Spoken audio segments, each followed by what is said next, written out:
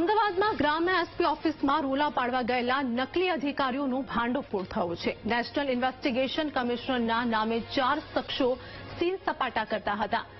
શંકા જતા આરોપીઓની પૂછપરછ કરતા સત્ય સામે આવ્યું છે. આઈડી કાર્ડમાં અશોક સ્તંભ સહિતના રાષ્ટ્રીય ચિહ્નોનો ઉપયોગ કરવામાં આવ્યો હતો. મિનિસ્ટ્રી ઓફ એમએસએમઈ અને ભારત સરકારનો લોગો પણ જોવા મળ્યો હતો. જોઈન્ટ ડિરેક્ટર, નેશનલ ડિરેક્ટર અને વાઇસ પ્રેસિડેન્ટ જેવા હોદ્દાઓ ધારણ કર્યા હતા. પોલીસે આરોપીઓ સામે ગુનો નોંધીને આગળની વધુ તપાસ હાથ ધરી છે. સંવાદદાતા અનિતા અમારી સાથે જોડાઈ ગયા છે. અમદાવાદ ગ્રામ્ય એસપી ઓફિસમાં રોલા પાડવા ગયેલા નકલી અધિકારીઓનો ભાંડોફોડ થયો છે. શું વધુ અપડેટ? જે કાસ્તુ જે પ્રકારે નકલી આઈ કાર્ડ લઈને જે અધિકારી દ્વારા બનીને જે રોગ જમાવવા ગયેલા 4 આરોપી છે, જયેશ ગજ્જર, વિક્રમસિંહ પ્રજાપતિ, ઉત્સવ પંચાલ અને પ્રવીણ ઠાકોરની પોલીસ દ્વારા ધરપકડ કરવામાં આવી છે.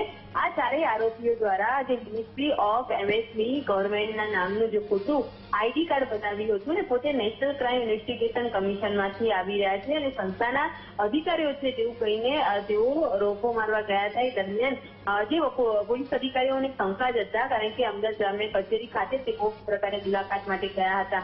જ્યારે તપાસ કરવામાં આવી તો તેમની પાસેથી જે જોઈન્ટ ડાયરેક્ટર અને નેશનલ ડાયરેક્ટર સાથે વાઇસ પ્રેસિડેન્ટનું જે આઈ કાર્ડ મળી આવ્યું હતું તે નકલી હોવાનું સામે આવ્યું હતું. ગ્રામ્ય પોલીસે આ મામલે મિનિસ્ટ્રી ઓફ એમએસએમઈમાં પણ તપાસ કરી હતી, પરંતુ આ પ્રકારે કોઈ અધિકારી નહીં હોવાનું જાણવા મળતા આ 4 ફ્રોડ આરોપી પોતાની જે ધાક જમાવવા માટે પોતાનો અધિકારી તરીકેનો રોગ જમાવવા માટે એસપી કચેરી જતા હાલ તો આ મામલે સરખેજ પોલીસે ગુનો દાખલ કર્યો છે અને જે 4 આરોપીઓની ધરપકડ કરીને તપાસ હાથ ધરવામાં આવી છે. જી આભાર અનિતા, સમગ્ર માહિતી આપવા બદલ.